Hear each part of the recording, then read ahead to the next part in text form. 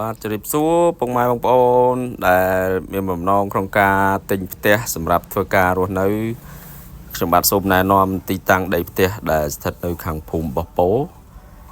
ឃុំអូតបងមួយស្រុកសង្កែខេត្តបាត់ដំបងហើយទីតាំងល្អជាប់នឹងផ្លូវហើយផ្ទះគឺនៅសភាពថ្មីស្អាតឥឡូវនាំអារម្មណ៍ពុកម៉ែបងប្អូនទៅមើលទិដ្ឋភាពនៅខាងក្នុង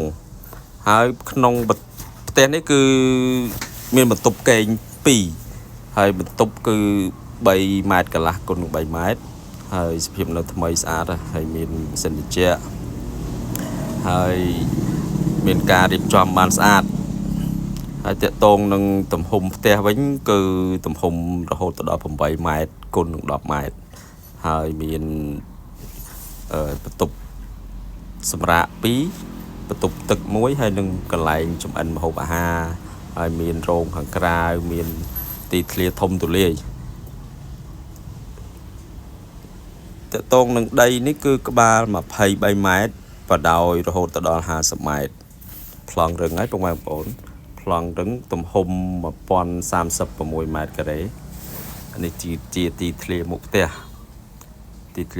ធំទូលាយស្អាតហើយពុកម៉ែបងប្អូនចាប់អារម្មណ៍អាចទំនាក់ទំនងមកមើលទីតាំងផ្ទាល់បានបាទសូមអរគុណសូមជម្រាបលា